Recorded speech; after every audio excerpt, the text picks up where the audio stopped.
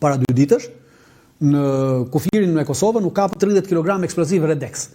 Eksplozivi Redex është eksplozivi plastik më i fuqishëm, më i mirë, më ashu i botës.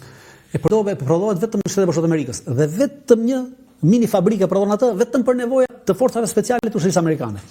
Ky eksplozivi është marrë nga forcat speciale të ushtrisë amerikane dhe është çuar forcave speciale, përdoret nga forcat speciale ukrainase, të shërbimit sekret ukrainas, forcat speciale të ushtrisë ukrainase dhe forcat speciale të brigadave Azov, që janë këta neonazistët. Pra ata e kanë në përdorim. Vetëm atje përdoret. Dhe në Shtetet Bashkuara të Amerikës, në forcat speciale të Shtetet Bashkuara të Amerikës, tashmë 30 kg u kapën partien kufirin me Shqipëri-Kosovë. I kapi dogana e Kosovës.